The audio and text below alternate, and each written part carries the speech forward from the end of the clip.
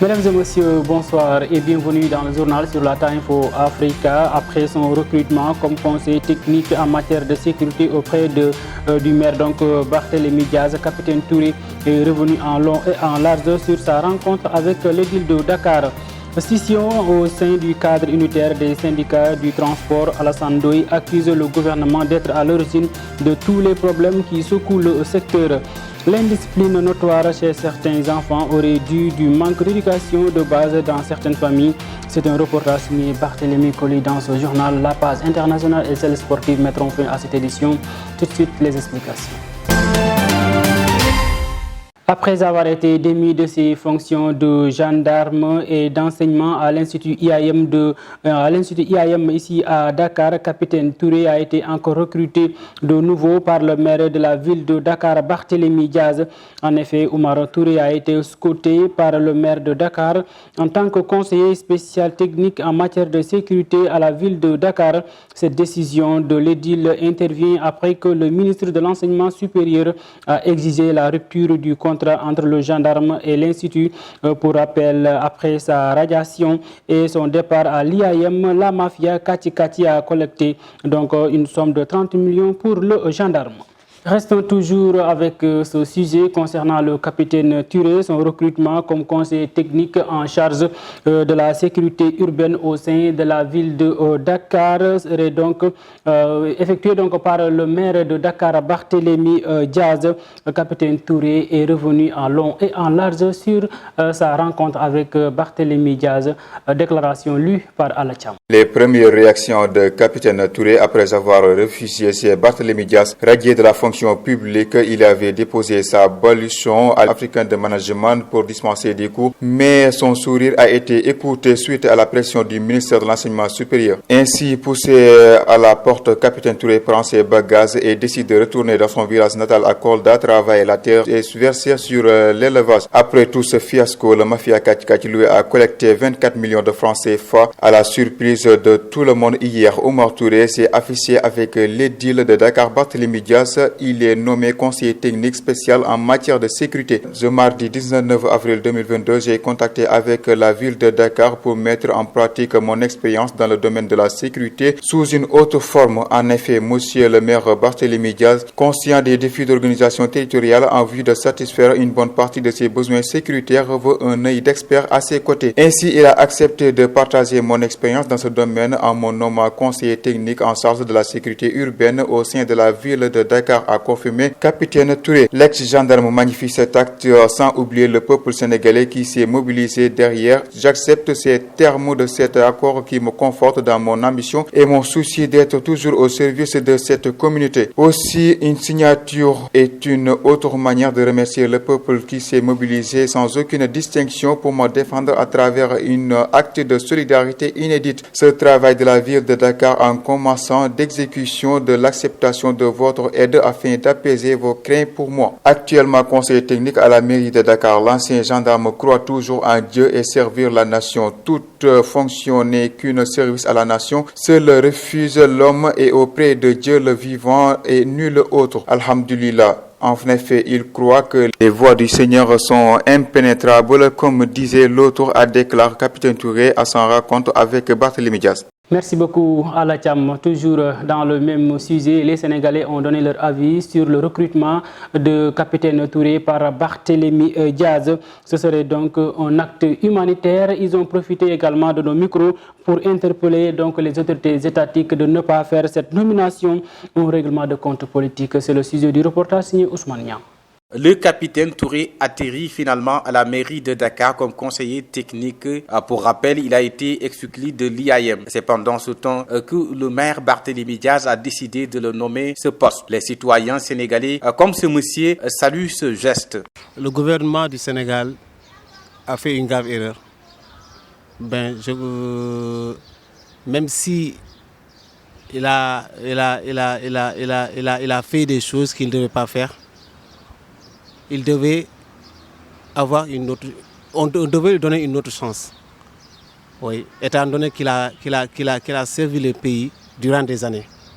Donc du coup, je trouve ça anormal, indigne, étant donné qu'il est un Sénégalais qui a beaucoup servi pour son pays. Il a des obligations envers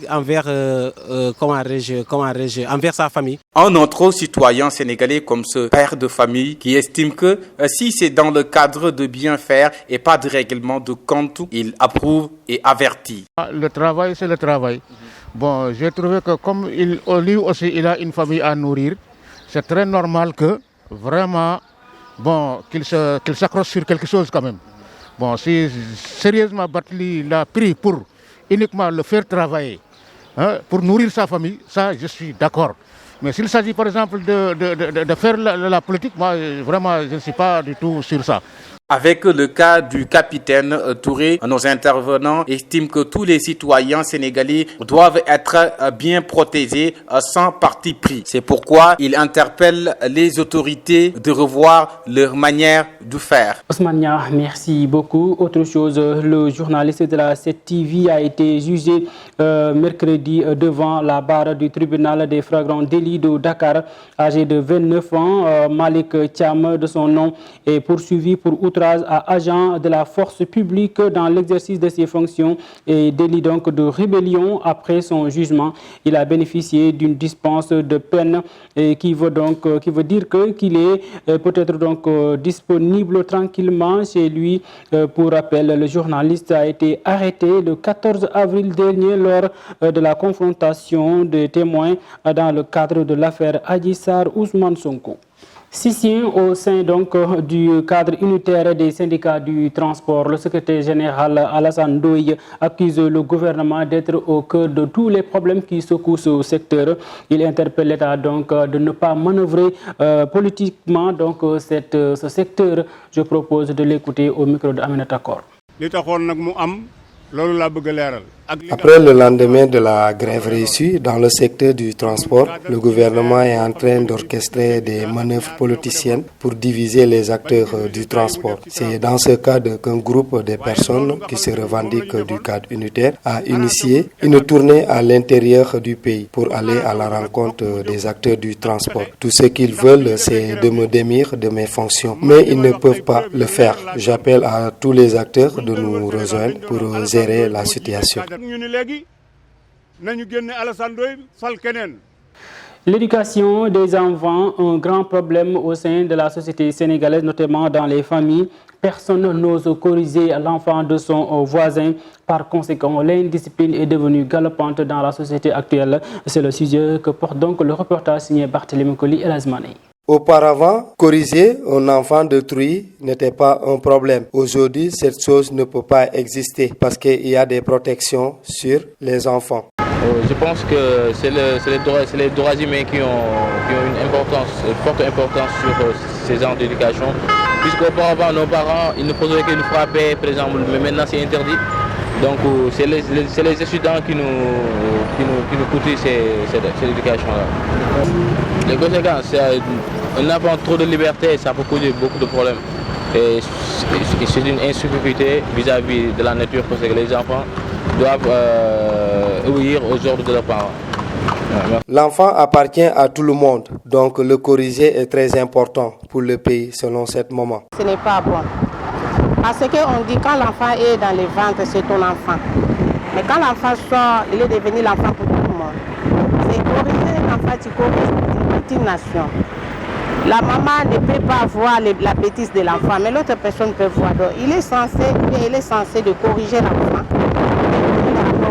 Maman aussi, en tant qu'une mère, quand tu vois que tu corriges ton enfant, tu dois savoir d'abord pourquoi, qu'est-ce qu'elle a fait. Et si tu vois que l'enfant a mal fait, toi aussi, en tant que maman, tu dois augmenter aussi ta correction pour montrer à l'enfant que ce que tu as fait, ce n'est pas bon. L'enracinement aux valeurs et le sens de la responsabilité de tout un chacun sont les solutions qui peuvent aider à régler cette situation. Nous ne pouvons pas aussi sur les familles. Parce que pour ça, nous n'avons pas essayé. La constellation de l'enracinement est ouverture quoi. Donc c'est l'enracinement qui manque. Et nous traquons vers l'ouverture. Quand vous donnez ça, vous enracinez. Après, vous êtes dans l'ouverture. Vous allez voir trop. tu vois loolu mooy problème bi léegi dañu ouvertu ba mu ëpp léegi nous avons pris les valeurs occidentales de telle sorte qu'on n'arrive pas à maîtriser nos valeurs c'est ça le problème loolu noonu pour nga amoon ci benn solution nag dina doy waa trop ça va surtout ñun damay ne loolu noonu ça va dépendre sur le sens de la responsabilité humaine yow sa wàllu bopp yow yaa war a mën a changer sa bopp tu vois yow yaay xool li baax ci yow nga def ko mais avec respect xool ñi nga xamante ne ñoom nga war a jox respect nga def leen ko moom même ñi nga mag ak ñi la mag dañ leen war a jox respect moom mooy seen teew itam nga nekkaat ci sa bopp parce que c'est ça le sens de la responsabilité humaine c'est ça. L'éducation des enfants est très importante pour un pays parce qu'ils sont l'avenir. Alors les éduquer aux valeurs traditionnelles, au respect des parents et aux grandes personnes peut être une solution. Le ramadan est permis à toutes les personnes, mais tel n'est pas le cas pour les femmes enceintes. Et ces dernières doivent donc consulter un médecin avant de jeûner. Si tel n'est pas le cas, il peut y avoir des complications au niveau de la grossesse.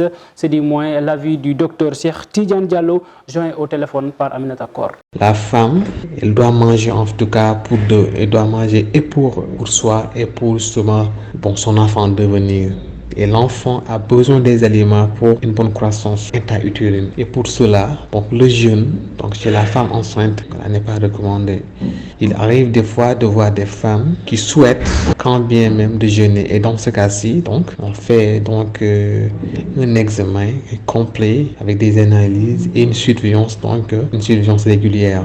Et pour que au moindre signe justement signe de danger, le jeûne soit interrompu. Et elle aura besoin d'une surveillance, de conseils et d'un bon examen et de son médecin généraliste et de son gynéco. Voilà. Les conséquences, quand on parle de jeûne, il y a une hypoglycémie, des hydratations, etc. Et aussi, en période de Ramadan, il y a un changement d'habitude alimentaire. On n'est plus dans des aliments sucrés, moins de boissons, moins de fruits. Et tous ces changements alimentaires peuvent entraîner en tout cas, ou peuvent conduire à des conséquences chez la femme enceinte et aussi chez l'enfant à devenir. Merci Aminata Kor. Place maintenant à l'actualité internationale que nous débutons au Tchad, un an après le décès d'Idriss Déby et la prise du pouvoir par un conseiller militaire de transition dirigé par le fils de l'ex-chef d'État, Mohamed Idriss Déby. L'anniversaire est célébré avec une très grande discrétion dans le pays. En Tunisie, les réfugiés et les demandeurs d'asile observent une sit-in depuis 4 jours devant les locaux du Haut Commissariat des Nations Unies pour dénoncer les mauvais traitements dont ils sont victimes et souhaitent être relocalisés.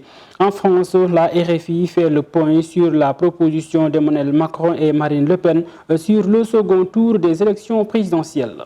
En sport, le tirage au sort de la 34e édition de la Coupe d'Afrique des Nations a été effectué hier en Afrique du Sud. Le Sénégal connaît désormais ses adversaires.